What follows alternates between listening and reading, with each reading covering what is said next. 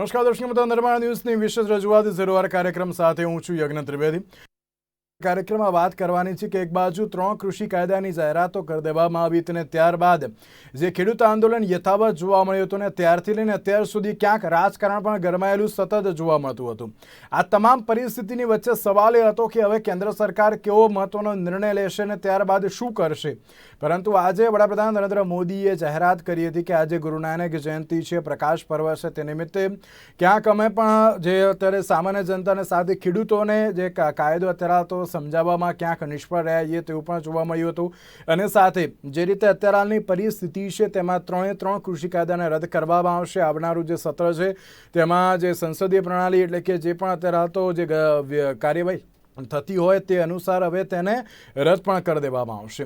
તો આજે જ્યારે કૃષિ કાયદાને રદ કરવામાં આવ્યા અલગ અલગ પ્રતિક્રિયાઓ પણ જોવા મળી। આ તમામ મુદ્દાઓ પર આપણે ચર્ચા વિચારણા કરીશું।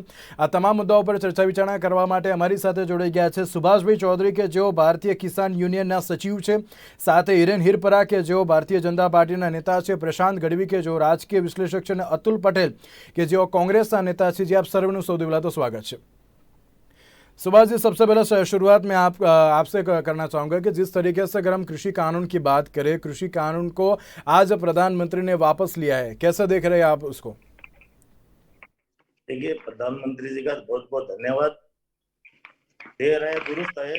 आज 26 नवंबर को 1 साल हो जाएगा कृषि कानून को आंदोलन को चलते हुए, लेकिन कभी कभी 22 जनवरी के बाद में कोई सुध ली नहीं है और किसानों के लिए कृषि कानून बना ही नहीं था। आज 2 साल पहले गोडाउन तैयार हो गए थे अडानी जी के, उसमें रेल ट्रैक बिछ गई थी, उसके बाद में कृषि कानून बने, तो किसानों के लिए कहाँ बने। और अभी ये चुनाव आ रहे हैं इसलिए इन्होंने एक कानून वापस लिए हैं, लेकिन कोई बात नहीं, जो भी निर्णय लिया उसका स्वागत है। चलिए, ओके।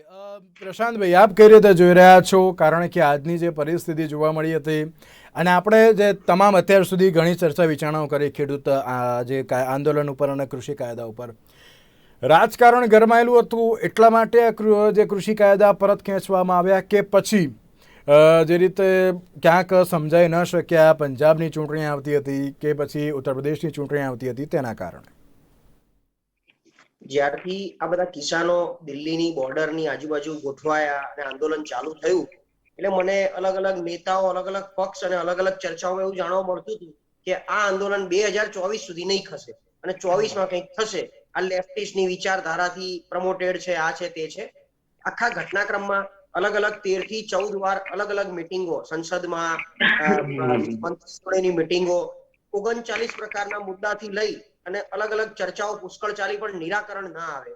હવે હું એવું માનું છું યજ્ઞ કે મને એવું લાગે કે હું જે જમવાનું બનાવું છું 56 પકવાન એ અતિ ટેસ્ટી પકવાન છે અને મારે તમને ખવડાવી જ દેવાનું છે, બહુ ટેસ્ટી છે, પણ તમે એવું માનો છો કે મારે જે આપવું છે એ ટેસ્ટી નથી, તો પછી મારે તમને ફોર્સ શું કામ કરવો જોઈએ? આ સરકારે એકચ્યુઅલી એ જ વખતે સમજી લેવાની જરૂર હતી જ્યારે આ કિસાનોએ કે ભાઈ આ વસ્તુ અમને મંજૂર માટે બનાવવાનું છે હોય એનો મતલબ મેક્સિમમ જે એટ્રેક્ટેડ છે હવે આની જોડે ચર્ચા કર્યા બાદ કૃષિ મંત્રી, ગૃહમંત્રી આ ચર્ચા એક જ સ્ટેજ બન્યું કે ખુદ પ્રધાનમંત્રી નરેન્દ્ર મોદી ચર્ચા થાય અને કઈ નિરાકરણ લાવે, દેશે ક્ષમતા નહોતી કે જે હોય એટલે આ અત્યારે કાયદો પાછો ખેંચી જવો જોઈએ। ભવિષ્યમાં આને કઈ સારા વધારા સાથે કંઈક સારા ફાયદા સાથે બધાને વિશ્વાસ થઈ અને નવી રીત લાગે છે કે કદાચ આ કાયદાને ક્યાંક કેમ કરવામાં આવે। યસ અતુલ ભાઈ, આપ કઈ રીતે જોઈ રહ્યા છો આજના વડાપ્રધાન નરેન્દ્ર મોદીના નિર્ણયને? પહેલું તો જે થયા એના જે ગંભીર પરિણામો આવ્યા અને બીજું એની પહેલા યુપીની અંદર જે નિકાય ચુનાવ કહેવાય એટલે કે જિલ્લા પંચાયત, તાલુકા પંચાયત, નગરપાલિકા, મહાનગરપાલિકાની ચૂંટણીઓ, એ ચૂંટણીઓમાં ભારતીય જનતા પાર્ટીનો 3જો નંબર આવ્યો, પહેલો નંબર અપક્ષો મારી ગયા, બીજો નંબર સમાજવાદી પાર્ટી। આ પરિણામોના લીધે મોદી સાહેબને ખરેખર તો લાગી આવ્યું કે ભાઈ જો હવે આ નહીં કરીએ તો યુપી જશે ને યુપી જશે તો ભારત જશે, એટલે આ નિર્ણય એમના પોતાના સ્વાર્થ માટે જ લેવામાં આવ્યો। બાકી તો 700 ખેડૂતો આની અંદર શહીદ થઈ ગયા છે। આટલી બધી શહાદત હિન્દુસ્તાનની આઝાદી પછી પહેલી વાર થઈ છે। આવું મૂર્ખતા કહેવાય આપણા દેશની. અને બીજું ચૂંટણીના પ્રોપોગેન્ડાના ભાગરૂપે પેટ્રોલ ડીઝલમાં પણ એમણે કાતરની ચોરી કરીને સોયનું દાન કર્યું હોય એવું કર્યું. પણ હજુ પણ ખેડૂતો લડાયક મૂડમાં એટલા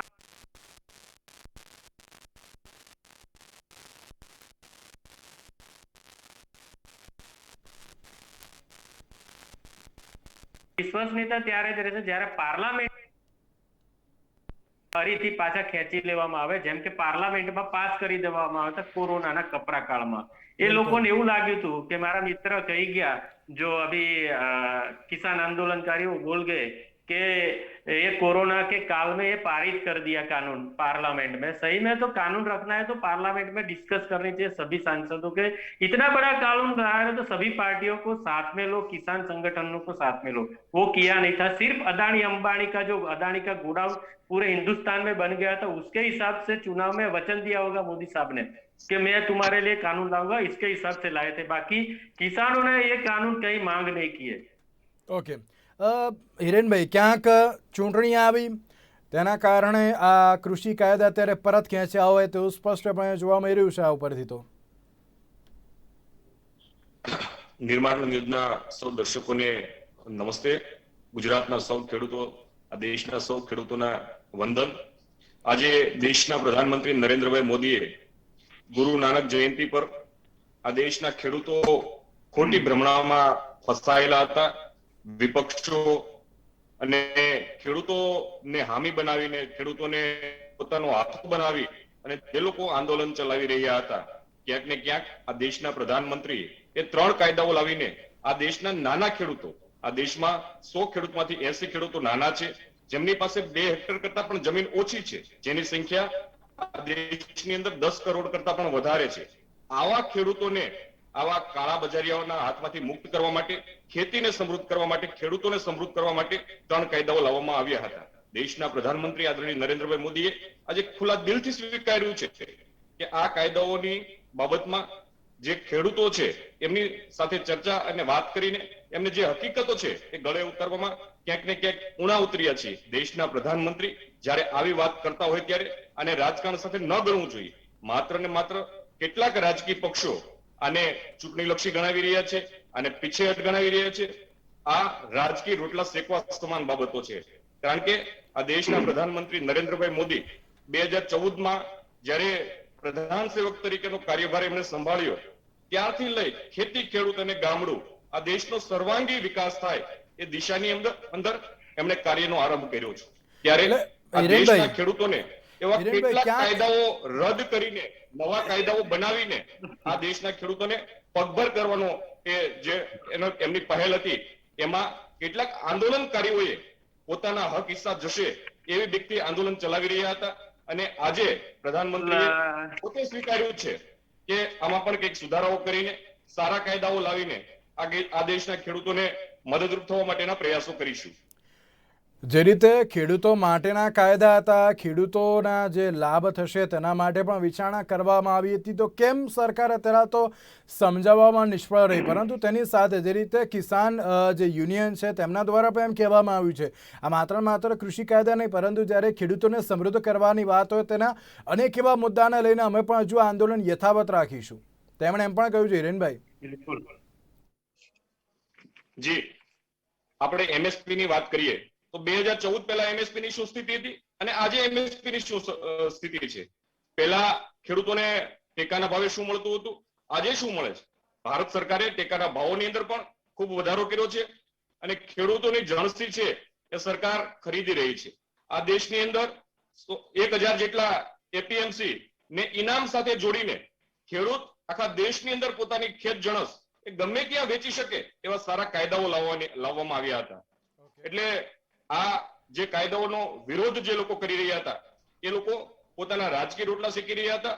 આ દેશની અંદર પંજાબ, યુપી અને દિલ્હી, હરિયાણા એટલા ભાગોની અંદર જ આ આંદોલન ચાલતું હતું અને પંજાબ સહિત અન્ય જગ્યાએ જે ઠેકેદારો છે એમની પાસેથી ખરીદી કરવામાં આવતી હતી. પોતાના હકો જતા રહેશે એ એમને ભ્રમણાઓ હતી અને ખેડૂત મુક્ત બને એ દિશાની અંદર આ કાયદાઓ લાવવામાં આવ્યા હતા. ચલો ઓકે ત્યારે ઓકે ઓકે આ ઓકે કાયદાઓ ઓકે ઓકે સમગ્ર હિરેનભાઈ, દેશના ઓકે ખેડૂતો માટે ખૂબ ઓકે સારા ઓકે હતા. ઓકે ઓકે ઓके हिरेन भाई ओके ओके अतुल भाई, वो आओ तुम्हारी जोड़े एक 2 मिनट।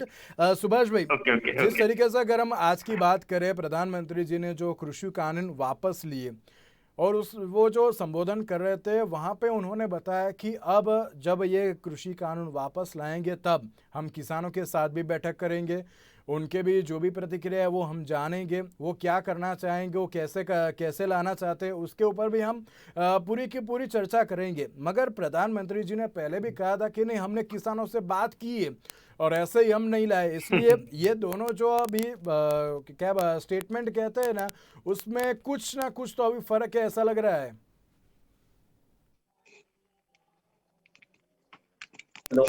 देखिए, इनको किसानों से कोई लेना देना नहीं है, कोई लगाव नहीं है। अगर किसानों को बिल्कुल। ये हित की सोचते तो कम से कम किसानों के साथ बैठ के चर्चा करते। 700 से ज्यादा किसान शहीद हुए हैं, हाँ उनके बारे में सोचते। किसान जेल में है, किसानों पर केस हुए हैं। अभी तो एमएसपी पे गारंटी कानून की बात करते।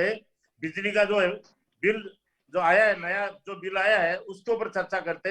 सीड्स बिल की बात करते। इन्होंने किसानों के साथ कोई चर्चा नहीं की है। इनके जो नीचे से जमीन खसक गई। यूपी के अंदर इनको घुसने नहीं दिया जा रहा था। पंजाब का इलेक्शन और यूपी का इलेक्शन का इनके ऊपर दबाव था, इसीलिए इन्होंने जल्दी में ये निर्णय लिया है। इसीलिए किसानों को इनके ऊपर भरोसा नहीं है और इसीलिए आंदोलन वापस नहीं हो रहा है। मगर सुभाष जी, जिस तरीके से अगर हम केंद्र सरकार की बात करें, केंद्र सरकार यही कह रही है कि ये किसानों की सरकार है, किसानों के लिए ही काम करती ये सरकार है। 22 जनवरी के बाद में किसानों के साथ में अभी तक कोई संवाद नहीं हुआ है। 10 महीने हो गए। किसानों को बदनाम करने में कोई कसर नहीं रखी है। आतंकवादी इनको कहा है, राष्ट्रद्रोह के केस इनके ऊपर लगाए हैं, अलग अलग उपमा दिए किसानों को। किसान कभी एमएसपी पे कम से कम गुजरात के अंदर भी 20% से ज्यादा खरीदी नहीं होती है, तो 80% कहाँ जाएगा किसान? अरे 6% होती है, 6% अधिक कीमत में बेचना पड़ता है मजबूरी से। जी हिरेन भाई, શું કહેશો આપ? હલો, જી हिरेन भाई, શું કહેશો આપ? જે રીતે વાત કરવામાં આવી રહી છે કે ચૂંટણીના દબાવમાં આ કાયદાઓ પાછા લેવામાં આવી રહ્યા છે, કોઈ ચૂંટણીના દબાવની અંદર આ દેશના પ્રધાનમંત્રીએ કોઈ કાયદાઓ એ પરત લીધા નથી, પરંતુ ખેડૂતના નામે કેટલાક લોકો આંદોલન ચલાવી રહ્યા છે, નિર્દોષ ખેડૂતો એમનો ભોગ બની રહ્યા છે અને ખેડૂતો હેરાન પરેશાન ન થાય એ દિશાની અંદર આ દેશના પ્રધાનમંત્રી નરેન્દ્રભાઈ મોદીએ નિર્ણય કર્યો છે। સુભાષભાઈ કહી રહ્યા છે કે 10 મહિના સુધી ક્યાંક હિરેનભાઈ જે રીતે સુભાષભાઈ કહી રહ્યા છે, જે ભારતીય કિસાન યુનિયનના એ પોતે સચિવ પણ છે, એમણે એમ કહ્યું કે અત્યારે તો 10 મહિના સુધી કોઈ પણ અમારી જોડે કોઈ મુલાકાત જ ન કરવામાં આવી, અત્યાર સુધી અમારી જોડે કોઈ કેમ ચર્ચા વિચારણા ન કરવામાં આવી। અત્યારે જે રીતે સમગ્ર દેશની વાત કરીએ તો અલગ અલગ કોર્ટમાં અમારી પણ કેસ અત્યારે તો દાખલ થઈ રહ્યા છે, તેનું શું તો હિરેનભાઈ? કૃષિ કાયદાને લઈને કેન્દ્ર સરકારના કૃષિ મંત્રી હોય, પિયુષ ગોયલજી હોય, અન્ય મંત્રીઓ હોય, અનેક વખત આંદોલનકારી જે ખેડૂત નેતાઓ હતા એમને મળવાનો પ્રયાસ કર્યો છે, એમને બોલાવવાનો પ્રયાસ કર્યો છે અને એમની પરંતુ એ જનતા સાથે કરતા એ વાર્તાઓ પરંતુ ભારતીય જનતા પાર્ટીની ખેડૂત નેતાઓ સાથે અનેક ચર્ચા જી અતુલભાઈ, આપ શું કહેશો? કારણ કે અત્યારે તો જે રીતે ખેડૂતો માટેની સરકાર છે, ખેડૂતો માટે જ કામ કરતી સરકાર છે, પરંતુ જો બધું ખેડૂત માટેનું હોય પરંતુ આ કૃષિ કાયદા તો કેમ પરત ખેંચવામાં આવે? સવાલ જ છે। सभी चीज किसानों के कर रहे हैं, गुना कर दी, दाम देने की फसल भी दोगुना। दूसरी बात, हरियाणा के मुख्यमंत्री भारतीय जनता पार्टी के दिग्गज नेता क्या बोल रहे हैं, किसानों को लाठियों तो खट्टर को खारिज कर दिए। दूसरी बात, अजय जो केंद्रीय गृह राज्य मंत्री है मिश्रा जी, उसके बेटे ने गाड़ियों किसानों को कुचला, तक उसको नहीं पकड़ा, कितने दिन बाद अरेस्ट किया, वहां तक वो जो भी एविडेंस है वो एविडेंस नहीं मिटाया होगा क्या? वो भी शंका के दायरे में। सुप्रीम कोर्ट ने ये लोगों को 2 से 3 बार डांट बरसाई और तभी किसानों के कानून 1 साल के लिए स्थगित करना पड़ा, और बाद में अभी नरेंद्र भाई को जो ये परिणाम आया उसके हिसाब से ये स्टेप लेना पड़ा। लेकिन किसान नेता अभी भी बोल रहे हैं कि जब तक पार्लियामेंट के अंदर से ये कानून पारित नहीं होगा, और दूसरी बात एमएसपी के बारे में नरेंद्र मोदी जी कानून नहीं बनाएंगे, तब तक आंदोलन चला रहेगा, क्योंकि चला ही रहेगा। उसकी बात इसलिए है, અતુલભાઈ, ભાજપના નેતા તો એમ પણ કહી રહ્યા છે કે અમે તો સ્વામિનાથન કમિટીની જે ભલામણો હતી તેના લઈને વિચાર કર્યો અને કાયદા તો લાવ્યા, પરંતુ કોંગ્રેસે આની ઉપર કંઈ કર્યું નથી, તો એમને અત્યારે તો કોઈ બોલવાનો હક નથી, તેઓ એમ કહી રહ્યા છે। તો अरे 7 साल नरेंद्र दामोदर दास मोदी ये हिंदुस्तान की गादी पर बैठे हैं, तो स्वामीनाथन कमीशन लागू करने में हम कहाँ विरोध करेंगे? हम तो किसानों के साथ है, हम तो हिंदुस्तान की जनता के साथ है, हम ना नहीं बोलेंगे। स्वामीनाथन कमीशन लागू करे और किसानों को डबल दाम देने की बात करी, उसके बदले में डीजल के दाम डबल किए। डीजल के दाम कर दो 34 रुपये, क्योंकि अभी $83 प्रति बैरल चल रहा है। हम वो टाइम पे 34 रुपये पे डीजल दे रहे थे। ज्यादा हिंदुस्तान के सभी किसान પ્રયાસ કરી રહ્યા છે। विपक्ष का रोल क्या है? आप बताओ। मीडिया और विपक्ष दोनों का रोल लोकशाही के हम आधार स्तंभ है। सरकार कुछ ना कुछ गलत करेगी तो हमारा रोल रहेगा सरकार को जागरूक करना, सरकार को चैलेंज करना कि आप ये गलत कदम ले रहे हो। नोटबंदी पे भी हमने बोला, वो भी निष्फल हुई, वो भी सफल नहीं हुई। आज वो बोला था मोदी साहब ने आतंकवाद कम हो जाएगा। हर रोज हमारे कितने लोग मरते, सैनिक मरते, शहीद होते हैं। हमारे हिंदुस्तान के अंदर घुस गया। नेपाल भी हमारे एरिया में सर्वे कर रहा है। श्रीलंका से नहीं बनती, बांग्लादेश से नहीं बनती, पाकिस्तान से नहीं बनती, किसी के साथ हमारी बनती नहीं। ये देखो डायग्राम देखो, क्रूड के रेट $100 प्रति बैरल थी, तब हमने 45 रुपये पेट्रोल दिया और 34 रुपये डीजल दिया। कर दो ओके, दाम आधा, 34 रुपये कर दो, किसानों आपकी वाह वाह करेंगे, मंदिर में फोटो लगा देंगे मोदी साहब की। ઓકે પ્રશાંતભાઈ, સવાલ આમાં એ થતો હોય છે કે જ્યારે ચૂંટણીની વાત થતી હોય તો અત્યારે તો આ કૃષિ કાયદા ચલો સમજાવવામાં નિષ્ફળ રહી છે સરકાર, ક્યાંક નેતાઓ પણ કૃષિ કાયદાને સમજાવી નથી શક્યા તેવું પણ સ્પષ્ટપણે જોવા મળી રહ્યું છે। પરંતુ સાથે સવાલ એ જ છે, અને જે રીતે આંખે ઉડકીને પણ એ જ જેને સામે આવી રહ્યો છે કે 29 વિધાનસભાની જે ચૂંટણી હતી અને તેની સાથે જે 3 લોકસભાની ચૂંટણી હતી તેમાં કારમી હાર ક્યાંક જોવા મળી હતી। ઉત્તર પ્રદેશની ચૂંટણી આવી રહી છે, એટલે કે આ જે વડાપ્રધાન નરેન્દ્ર મોદીએ જે આજે સવારે સંબોધન કર્યું એ યુપીનું જે ઇલેક્શન અને તેની સાથે 2022માં જે પણ અત્યારે ઇલેક્શન આવી રહ્યા છે તેને ધ્યાનમાં રાખીને એક માસ્ટર સ્ટ્રોક માર્યો હોય તેવું સ્પષ્ટપણે કહી શકાય। અને આ સફળ છે કે નિષ્ફળ? માસ્ટર સ્ટ્રોક એટલા માટે આને એટલે માસ્ટર સ્ટ્રોક એટલે આવનારા ઇલેક્શનને ધ્યાનમાં રાખીને ક્યાંક ને ક્યાંક, કારણ કે તો કરવું હતું તો કે 26 જાન્યુઆરીના દિવસે આપણે ખેડૂતોએ ને બહુ કીધા પછી પણ અઘટિત ઘટનાઓ બની, ત્યારબાદ ખેડૂતોની ઉપર ગાડી ચલાવવામાં આવી અને આ 10 મહિનાની અંદર લગભગ 0 કમ્યુનિકેશન હતું, જેમ સાહેબે વાત કરી બરાબર છે। એ પહેલા લગભગ 13 જેટલા કમ્યુનિકેશન થઈ ગયા હતા। તો જો કાયદો પાછો જ ખેંચવાનો હતો, ખબર પડી ગઈ હતી કે ભાઈ આ લોકોને મંજૂર જ નથી, કોઈ પણ રીતે કન્વિન્સ કરી શકાય એવી પરિસ્થિતિમાં નથી, તો આ વસ્તુ માર્ચ, એપ્રિલ, મે, જૂન ઘણો બધો સમય આપણી વચ્ચેથી પસાર થઈ ચૂક્યો છે, એમાં કંઈ આપી શકાતું હતું। પણ હવે ધીરે ધીરે અને આનો વ્યાપ વધતો જતો હતો, બોર્ડરો ઘેરાતી જતી હતી, લોકો એડ થતા જતા હતા।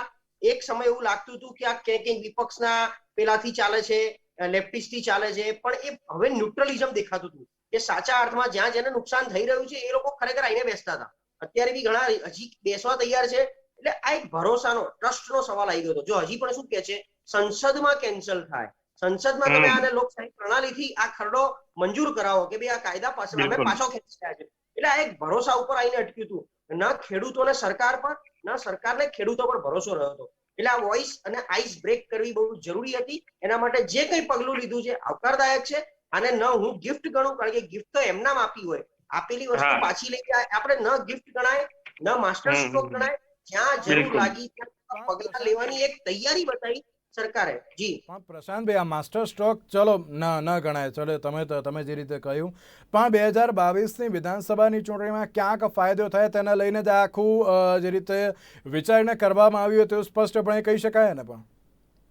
પણ ચોક્કસથી યુપી અને પંજાબ આ બે સ્ટેટ એવા છે જે ખેડૂતોથી પ્રેરિત છે, મેક્સિમમ વોટર્સ ખેડૂત છે, એ લોકો આની પર અસર કરી શકે એમ હતા। અને રાકેશ ટીકેતે જે રીતે યુપીમાં આખું કેમ્પેનિંગ ચાલુ કર્યું હતું એ પ્યોર પોલિટિકલ થઈ ગયું હતું છેલ્લા ઘણા સમયથી, એટલે એની અસર દેખાતી હતી। 3 લોકસભા, 30 વિધાનસભા, એટલે એ અસરના હિસાબે એવું લાગ્યું કે આ વસ્તુ કન્ટિન્યુ કરશે. બીજું આ બધાની ઉપર તમે જો કેપ્ટન અમરેન્દ્રસિંહ જેવા હવે તો ભાજપની સાથે જોડાયા છે, એટલે જોડાવાની તૈયારી કરી રહ્યા છે, ભલે ભાજપમાં નહીં જોડાય પણ એમનો આ બધું જોતા ક્યાંક ને ક્યાંક એવું લાગે છે કે આ ડેમેજ કંટ્રોલ જે હું કહી રહ્યો છું અને ખેડૂત પ્રેરિત, કારણ કે હવે આગળ જતા બીજા ઘણા ઇલેક્શન આમાં આવવાના છે. આવતી ગુજરાતને ભલે કોઈ અસર ન કરે પણ યુપી અને પંજાબ આ બે વસ્તુ મેક્સિમમ રીતે અસર કરતી હતી. તાત્કાલિક આ એક્શન લેવી હતી. આગામી સમયમાં જોઈએ કેવી રીતે ફરીથી આને રિનોવેટ કરે છે આ જ કાયદાઓને. યસ હિરેનભાઈ, એક બાજુ જે રીતે ચલો તમે ક્યાંક ખેડૂતો અત્યારે તો જે હેરાન પરેશાન થઈ રહ્યા હતા, આંદોલન આટલું મોટું જોવા મળ્યું, પરંતુ ત્યારબાદ સવાલ એ થતો હોય છે કે અત્યારે તો ઇલેક્શન આવ્યું ને તેના માટે જ અત્યારે તો આ માસ્ટર સ્ટ્રોક માર્યો હોય તેમ. કોંગ્રેસને ખેડૂતોના હિતની વાત કરવાનો અધિકાર નથી, કારણ કે ભૂતકાળની અંદર જ્યારે ખેડૂતોના આંદોલન થયા છે પોતાની માંગણી, વ્યાજબી માંગણીઓ રાખવા માટે, ત્યારે આ જ કોંગ્રેસે ખેડૂતોને ગોળીએ પણ દીધા છે, ખેડૂતોને જેલમાં પણ પૂર્યા છે. એટલે કોંગ્રેસને આ મગજના આંસુ સારવાનો કોઈ અધિકાર નથી. આ 3 કાયદાઓ 17 સપ્ટેમ્બર 2020 ના રોજ સંસદની અંદર લાવવામાં આવ્યા. દેશના અર્થશાસ્ત્રીઓ હોય, વૈજ્ઞાનિકો હોય, એમનો અભિપ્રાય હતો કે નાના ખેડૂતોને ધ્યાનમાં રાખીને આ 3 એક્ટની અંદર ફેરફારો કરવામાં આવે તો નાના ખેડૂતોને ખૂબ મોટો ફાયદો થશે, અને એ રીતે આ સંસદની અંદર 3 કાયદાઓ લાવવામાં આવ્યા હતા. દેશના પ્રધાનમંત્રી આજે દેશની જનતા સમક્ષ, દેશના ખેડૂતો સમક્ષ જ્યારે વાત કરી છે ત્યારે કે જે કાયદા બન્યા છે એ સંસદની અંદર બન્યા છે અને સંસદના સત્રની અંદર એમાં સુધારા વધારા કરી શકાય, એને રદ કરી શકાય એવો ભરોસો દેશની જનતાને, દેશના ખેડૂતોને આપ્યો છે. ત્યારે આ દેશના પ્રધાનમંત્રી ઉપર તહે દિલ સે તમામે ભરોસો કરવો પડે, એમની વાત ઉપર ભરોસો કરવો પડે. ચાલો, ઓકે. અતુલભાઈ, છેલ્લે આપ શું કહેશો ભાઈ? ત્યારબાદ હું સુભાષભાઈ જોડે જાઉં. જી अतुल भाई. हाँ, मेरे जो भाई ने बताया कांग्रेस को अधिकार नहीं है. मंदसौर में शिवराज सिंह की सरकार ने थोड़े साल पहले किसानों को गोलियां से उड़ाया. गुजरात में जब किसानों के बच्चे आंदोलन कर रहे थे, आरक्षण की मांग लेके निकले थे, 9 किसानों को गोलियों से आप लोगों ने उड़ाया. अभी गुजरात की बात करिए तो गुजरात में अंदर नहीं देखो, और दूसरी बात कांग्रेस को अधिकार नहीं है. आपने बोला नहीं, मैंने बोला मत बोलिए ये यार. अपने आपको क्या समझते हैं यार, बीच में ही बोलते हैं. कौन है ये? पता नहीं चलता. देखो, कांग्रेस ने किसानों के लिए हरित क्रांति लाई, किसानों के लिए हिंदुस्तान की सभी नदियों पर डैम बांधे, सभी किसानों को पानी देने का प्रावधान किया. इतने सालों में इंफ्रास्ट्रक्चर बना, पानी मिल रहा है. आपने कौन सी नदी पर डैम बांधा वो तो बताइए. पूरे हिंदुस्तान में आपने अतुल भाई मुख्य मुद्दाओं पर आओ प्लीज. इसीलिए वही बोल रहे किसानों के बारे में कांग्रेस को अधिकार नहीं, इसलिए मैंने बोलना. लाल बहादुर शास्त्री हमारे प्रधानमंत्री थी, जय जवान जय किसान का नारा देने वाले. हम लोगों ने जो किसानों के लिए किया ना, आप लोगों किसानों को आत्महत्या करने की ओर ले जा रहे हैं अभी. अच्छा, ओके, चलो. सुभाष भाई, आखिर में आपको मैं एक सवाल पूछना चाहूँगा कि जिस तरीके से अगर हम राकेश टिकैत की बात करें, राकेश टिकैत जी ने यह कहा था कि हम तुरंत आंदोलन वापस नहीं लेंगे, बल्कि इन्हें संसद में वापस लेने का इंतज़ार भी करेंगे. तो आप भारतीय किसान यूनियन के सचिव हो, आप भारतीय किसान यूनियन कैसी कार्यवाही करेगा और प्रधानमंत्री जी से और कौन सी मांग के साथ आगे बढ़ेगा? बीच में गैप होने की वजह से विश्वास ज्यादा होगा, खाई बड़ी होगी. ओके. और अभी सरकार में बैठे हुए लोग और सरकार के लोग अभी भी छोटे किसान, बड़े किसान, मुट्ठी भर किसान, जिससे क्या है किसानों को अविश्वास है. एमएसपी की गारंटी कानून की नहीं बनेगी, वहां तक कोई बात बनने वाली नहीं है. नुकसान है, किसानों को कोई फायदा ही नहीं है. ये 3 कृषि कानून अमेरिका में आज क्या हालत है देख लो आप. तो वो हालत यहाँ. मगर सुभाष भी, जिस तरीके से केंद्र सरकार की बात करें, केंद्र सरकार ने तो यही बोला कि नहीं, हम किसानों और वो भी जो छोटे किसान है कि बड़े किसान है, सब लोगों के साथ बात करेंगे और उसके बाद कोई निर्णय आएगा. सुभाष जी, छोटा बड़ा नहीं है, किसानों को बांटा गया है, छोटा किसान और बड़ा किसान करके. ओके. तो एक बाजु જે રીતે કૃષિ કાયદા તો હવે પરત ખેંચવામાં આવ્યા છે, પરંતુ તેની સાથે સવાલ એ છે કે હવે કેન્દ્ર સરકાર કયો નિર્ણય લેશે, સાથે કિસાન સંગઠન દ્વારા હવે કયો મહત્વનો નિર્ણય લેવામાં આવશે, કારણ કે એક બાદ એક જે અત્યારે તો આ નિર્ણયો જોવા મળી રહ્યા છે. જે રીતે રાકેશ ટિકિટ દ્વારા પણ એમ કહેવામાં આવ્યું કે જ્યાં સુધી સંસદમાં કૃષિ કાયદો જે રીતે ઓફિશિયલી અત્યારે તો જે પરત નહીં ખેંચવામાં આવે ત્યાં સુધી આંદોલન યથાવત રહેશે. અને સાથે ખેડૂતોની જે અલગ અલગ માંગો છે તેને લઈને પણ હજુ અમે ચર્ચા વિચારણા કરીશું. જો એ પણ સંતોષવામાં આવશે ત્યારબાદ આ આંદોલનને અત્યારે તો પૂર્ણ વિરામ મૂકવામાં આવશે. તો હવે જોવાનું એવું રહ્યું કે હવે કેવા પ્રકારની કાર્યવાહી હાથ ધરવામાં આવશે અને કેન્દ્ર સરકાર હવે ખેડૂતોની માંગને કઈ રીતે જોશે. તેની સાથે પ્રશાંતભાઈ, હિરેનભાઈ, સુભાષભાઈ, નતુલભાઈ, આપ સર્વેનો આભાર અમારી સાથે ચર્ચા વિચારણામાં જોડાવા માટે. તો આજની આ વિશેષ રજૂઆતમાં બસ રજા આપશો. નમસ્કાર.